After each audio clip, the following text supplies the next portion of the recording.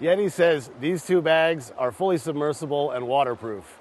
Today we've got the Panga 28 backpack and the Panga 50 duffel.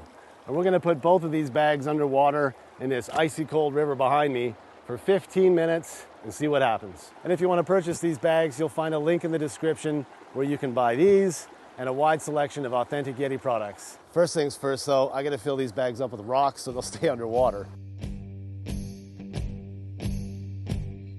One final thing to make sure is that the zipper is done all the way up into that U-lock.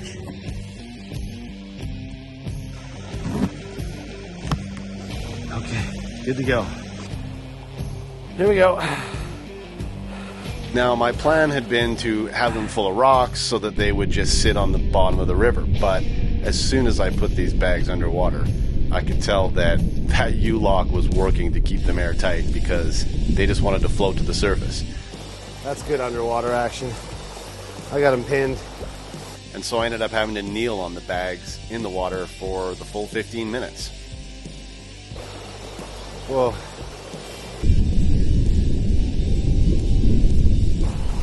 This is ridiculous.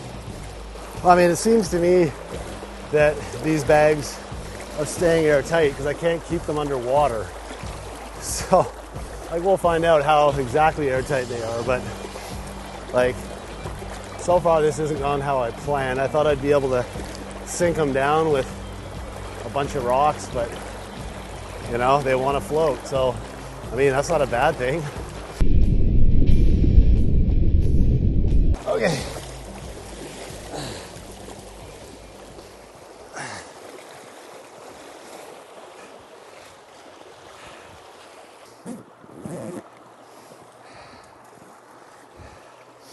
Let's see.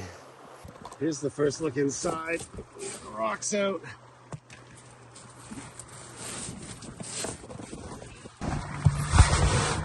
Like a drop of water. A drop of water.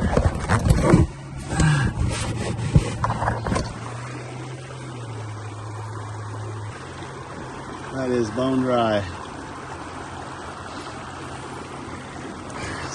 No water in there whatsoever. So the Panga 50 passed with flying colors. Stupid rocks out of here. Ah, we have water. The Panga 28, for some reason, did not keep all the water out. That's about a tablespoon and a half of nice cold river water there. So we're gonna dry it off and we're gonna seal it up again. We'll put it back in the river and we'll see if we get a different result the second time. Maybe I didn't have that U-lock done up all the way. So we're gonna double check on that zipper and we'll toss it in one more time.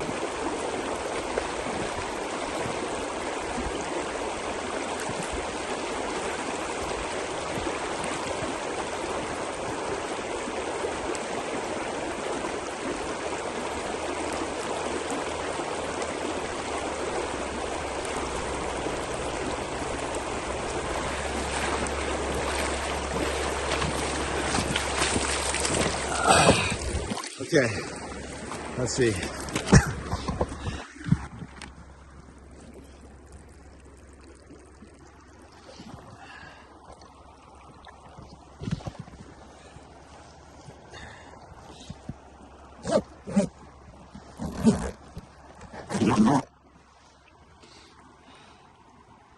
That time, we are totally dry. Completely dry. No liquid whatsoever in there. Okay, so after a good underwater test with these two bags, it turns out they're pretty spectacular at keeping the water out.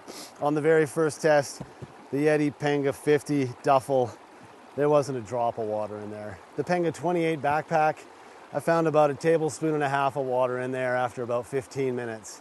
It's hard to tell whether I didn't do the U-lock up all the way or some water got in there as I was unzipping and taking the rocks out. So I put it back in the water again, empty, and kneeled on it for about 2 minutes. and that time it came out bone dry. The chances of you keeping these bags submerged for over 2 minutes in any real life situation is pretty slim. Chances are they're gonna float. I had trouble keeping these things underwater, even with like about half a dozen boulders inside of each of them. So we kind of went to the extreme here and submerged them, and a little bit of water got in the backpack. But even if I had had stuff in there, for the most part, I wouldn't have been too concerned with a tablespoon of water inside. And if you want to see what happens when we put these two bags through a Texas-sized durability test, click right here.